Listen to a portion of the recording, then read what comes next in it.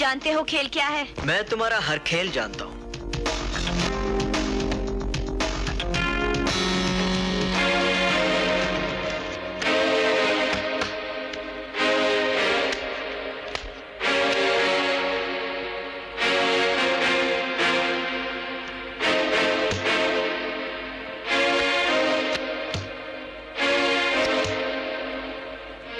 शर्त क्या होगी? जो तुम चाहो।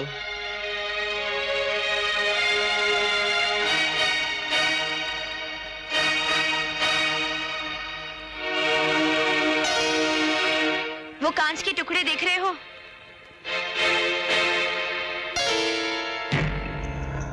इन दोनों पत्तों में से जिसका पत्ता छोटा होगा उससे उन कांच के टुकड़ों पर चलना पड़ेगा, वो भी नंगे पांव। मंजूर? मंजूर।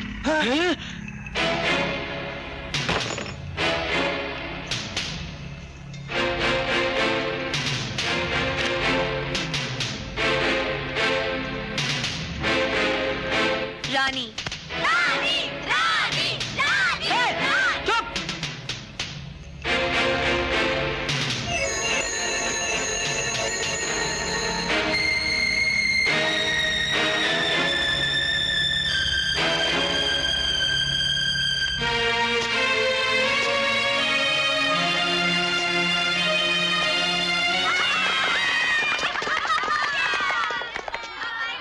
अरे हीरो, जूते उतारिए, मोजे भी उतारिए और चलिए कांच के टुकड़ों पर।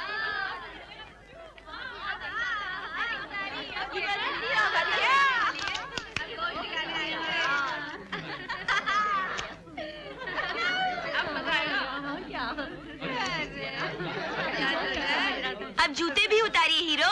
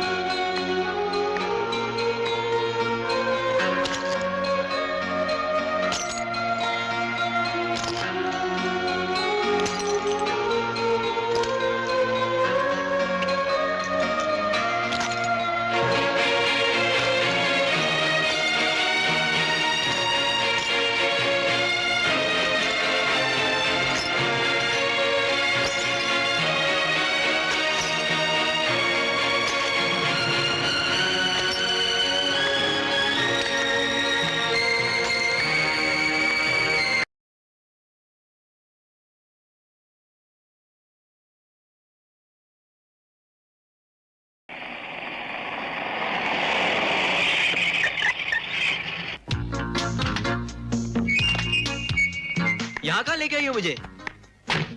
जहन्नुम में। जहन्नुम में? अरे मुझे जिंदगी में अभी बहुत कुछ करना है। वैसे भी जहन्नुम में मरने के बाद जाया जाता है। तुम अभी तक मरे नहीं? जी नहीं। हाय, और मैं तुम पर मर मर के मिट चुकी हूँ। ये मिटना विटना छोड़ो और बताओ मुझे करना क्या है? वो दरवाजा दिख रहा है, सीधा अंदर चले जाओ। वहाँ तुम्हें एक सूटेड बूटेड आदमी मिलेगा। अटेंशन होके, सीना तान के, पेट अंदर करके, सांस रोक के सैल्यूट मारना। नाम पूछे तो बता देना, काम पूछे तो प्यार का गीत सुना देना, गले लग जाए तो लग जाना, और बंदूक दिखाए तो भाग जाना। हाँ हाँ, ये सब तो ठीक है, मगर अंदर है कौन? तुम्हारे ससुर। ससुर? ऐसे बोलो ना ससुर, उनसे कौन डरता है? तुम यही खड़ी रहो, मैं 2 मिनट में शादी की बात पक्की करके आता हूँ। क्या ससुर जी हर समय पिस्तौल अपने पास रखते हैं? हाँ, जरा संभल के।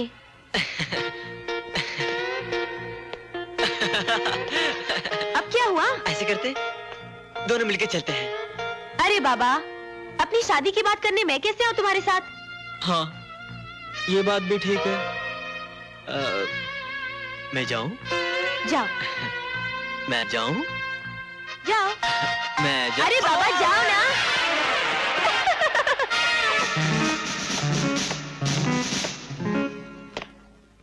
Sir,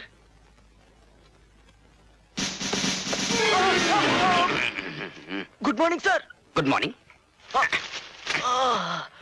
good morning, good morning. बैठिए। सर, मैं आपके सामने कैसे बैठ सकता हूँ? तो मेरे पीछे बैठ जाइए। Sir, it doesn't look nice. It does look nice. Seat.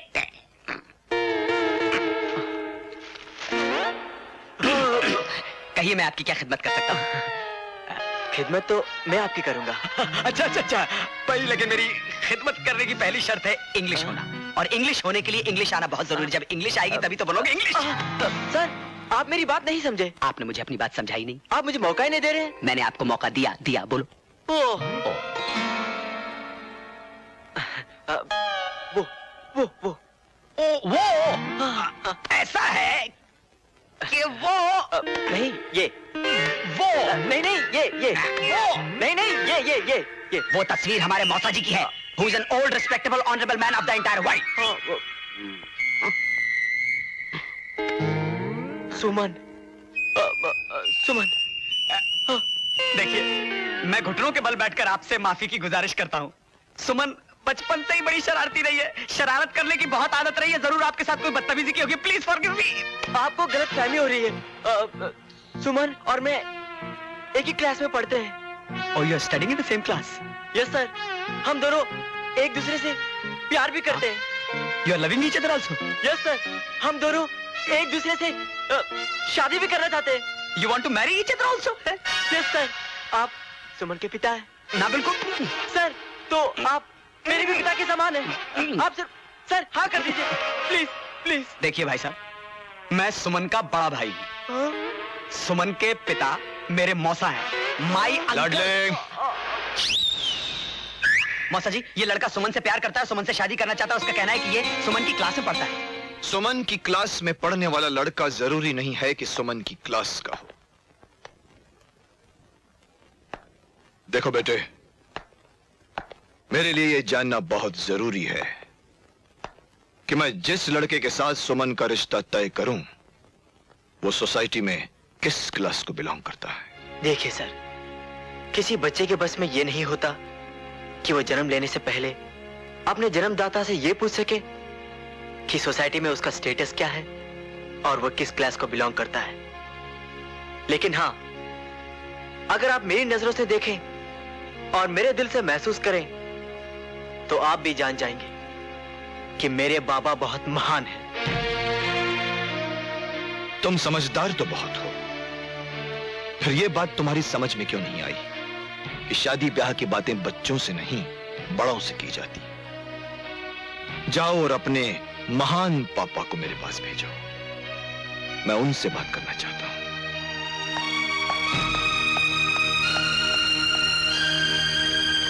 हाँ हाँ, मैं जाऊंगा और उससे जरूर बात करूंगा। पर पापा, मुझे उनके बातों से ऐसे लगा कि उन्हें अपने दौलत पर बहुत घमंड है। नहीं रवि, ऐसा नहीं है। मैं राजेश्वर को अच्छी तरह से जानता हूँ। जितना वो पैसे से अमीर है, उतना दिल से भी अमीर है। फिर उन्होंने मुझसे रूखेपन से क्यों बात की? तुमने उन्हें बताया नहीं होगा कि तुम मेरे क्या हो। अब मैं उन्हें बताऊंगा, तुम मेरे लय पालक बेटे हो। वो कभी इनकार नहीं करेगा। शेठ जी, शेठ जी, शेठ जी। अश्विनी, नमस्कार। बहुत खुश नजर आ रहे हो, बात क्या है? बस यूं ही सोच रहा था, चलाया। अब देखिए ना सेठ जी, आपकी बेटी शादी के काबिल हो चुकी है। अब ये वो जुदाई है जिसका सदमा आपको बर्दाश्त करना पड़ेगा। सुमन के लिए कोई लड़का देखा है तुमने? जी, उसका नाम है रवि। आपसे मिल भी चुका है, जरा याद कीजिए।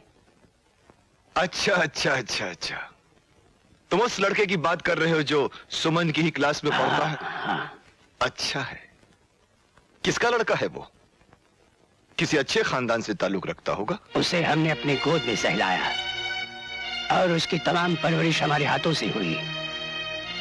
खून का रिश्ता तो नहीं, लेकिन एक बाप और बेटे का गहरा रिश्ता रहा है। उसके माँ बाप कौन, उसका खानदान क्या, ना तो वो जानता है और ना ही हम खुद जानते हैं। ओह, तो यूं कहो कि वो लावारिस है। ये तो आप कह सकते हैं, हम नहीं। मेरी बहन को जवां मौत देने वाला भी एक लावारिस ही रहा है अश्विनी। तब से मुझे लावारिस लोगों से नफरत और दुश्मनी है।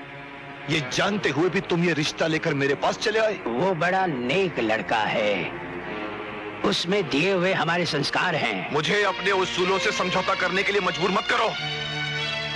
ये तुम हो अश्विनी जो मैंने बर्दाश्त कर लिया है, क्योंकि मैं बरसों पहले तुम्हारे किए गए एहसान के नीचे दबा हुआ, और शायद उसी एहसान की याद दिलाने के लिए तुमने आज ये जुर्रत की है। बोलो, तुम्हें उस एहसान की क्या कीमत चाहिए? कीमत? हम अमीर ना सही सेठ जी, लेकिन एहसान के सौदागर नहीं हैं। बदनसीबी के आपकी समझ पर दौलत का काला पर्दा पड़ गया है। इस अंधेरे में कुछ लोग तो रस्सी को सांप और कुछ लोग सांप को रस्सी समझ बैठते हैं। मैं किसी अंधेरे में नहीं हूं अश्विनी, बल्कि तुमने अपनी दोस्ती का भ्रम देकर आज तक मुझे अंधेरे में रखा है। हमारे बेगरज दोस्ती पर ये गलीज धब्बा मत लगाइए सेठ जी। मैं सच्चाई से पर्दा उठा रहा हूं, और सच ये है अश्विनी कि तुम्हारी नियत में खोट है, वरना 18 साल के बाद ही तुम यहां क्यों आए? इससे पहले इस शहर की ओर मुड़कर क्यों नहीं देखा? दरअसल तुम 18 साल तक फसल के पकने का इंतजार करते रहे, और जब फसल पककर तैयार हो गई तो किसी जमींदार की तरह लगान वसूल करने तुम यहां चले आए। बोलो बोलो अश्विनी, क्या चाहिए तुम्हें? कितनी कीमत चाहिए तुम्हें उस हरामजादे को मेरी सुमन से दूर रखने के लिए? ये गाली तुमने हमें दी है, रवि को नहीं दी राजेश्वर। ओह, तो सेठ जी से राजेश्वर पर तुम आ ही गए। तो सुनो अश्विनी, मेरे गुलिस्तान की कली को तुम देख तो सकते हो, उसे तोड़कर नहीं ले जा सकते। एक नजर अपने आप पे डालो और फिर अपने पैरों पर घूमकर मेरे बंगले को देखो और मुझे बताओ, क्या इसी दिन के लिए मैंने अपने सुमन को हर दुख हर तकलीफ से दूर रखा कि किसी भिखमंगे लावारिस के हाथों उसे सौंप दूं, ताकि वो मेरी दौलत को नाजायज रास्ते पर लुटा दे, ताकि सुमन का भी वही हाल हो जो मेरी बहन का हुआ था? नहीं अश्विनी, नहीं। अब वो गलती मैं दोबारा नहीं होने दूंगा। तुम समझते हो राजेश्वर कि अमीर आदमी ही खानदानी बनता है? रुपया अरे रुपया तो हाथों का मैल है। हमने कभी सोचा नहीं अपने हाथों को इससे गलीज करने का, लेकिन आज तुमने हमें मजबूर कर दिया है कि एक दिन हम भी दौलत और रुपयों की घिनौनी दीवार तुम्हारे सामने ला खड़ी करेंगे, और उसके पर्दे में तुम खो जाओगे। अश्विनी, तुमने हमारी आन को ललकारा है। अरे तुम गरीब लोग क्या जानो कि शान क्या होती है और आन क्या होती है। वैसे भी अपनी शान को बचाने की ताकत है मुझ में। अश्विनी, तुम्हारे इरादों को मिटाकर मैं तुम्हें अपनी दौलत के आगे झुकने पर मजबूर कर दूंगा, ये मेरी जिद रहेगी। राजेश्वर, तुम्हारी ये जिद, तुम्हारी ये दौलत, तुम्हारा सब कुछ हमारे बढ़ते हुए कदमों तले रौंदा जाएगा। इंतजार करो।